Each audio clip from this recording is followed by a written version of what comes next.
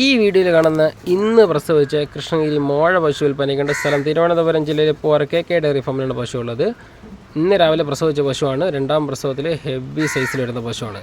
പ്രസവിച്ച് കഴിഞ്ഞിട്ടും പശുവിൻ്റെ ബോഡി വെയിറ്റ് അതേ രീതിയിൽ തന്നെ. അതായത് ചില പശുക്കൾ പ്രസവിച്ച് കഴിഞ്ഞാൽ അല്പം ഉണങ്ങിയൊക്കെ നിൽക്കുക. അതിൻ്റെ ആ ബോഡി കണ്ടില്ലേ, പ്രസവിച്ചിട്ടും പശു പൊട്ടിയിട്ടില്ല. അത്രയും നല്ല ബോഡി വെയിറ്റിലുള്ള ക്വാളിറ്റി പശുവാണ്. 4 കാമ്പിൽ നല്ല അകലും നല്ല മടിക്കെട്ടിലുള്ളതാണ് പശു.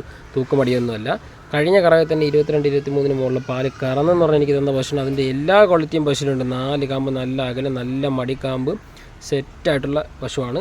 ബ്രീഡ് ക്വാളിറ്റി ആണെങ്കിലോ സ്വിസ് ബ്രൗണും ജേഴ്സിയും HF 3 കൂടെ മിക്സായിട്ട് വരുന്നൊരു ബ്രീഡ് ക്വാളിറ്റിയാണ്. 4 കിഡിലം കാമ്പാണ് പശുവിന് കറക്കാൻ. നല്ല സ്മൂത്തായിട്ട് കറക്കാം. പശുവിന് ആർക്കും കൈകാര്യം ചെയ്യാം. കുട്ടി നല്ലൊരു കാളക്കുട്ടിയും. ബ്രീഡ് വൈസ് ആണെങ്കിൽ ക്വാളിറ്റിയാണ് പശു.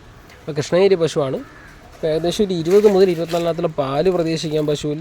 പെട്ടെന്ന് ഈ പശുക്കൾക്ക് കാലാവസ്ഥയുടെ ഒരു പ്രശ്നമാണ്. അതായത് ഇപ്പോഴത്തെ ചൂട് സമയത്തൊക്കെ HF പശുക്കൾക്കൊക്കെ നല്ല രീതിയിൽ കിതപ്പും കാര്യങ്ങളൊക്കെ വരുന്നുണ്ട്. HF കയറിയ പശുക്കൾക്ക്.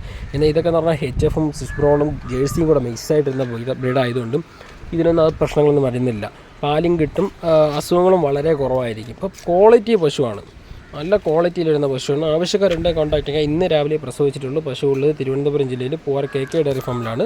പശു കൃഷ്ണഗിരി പശുവാണ്.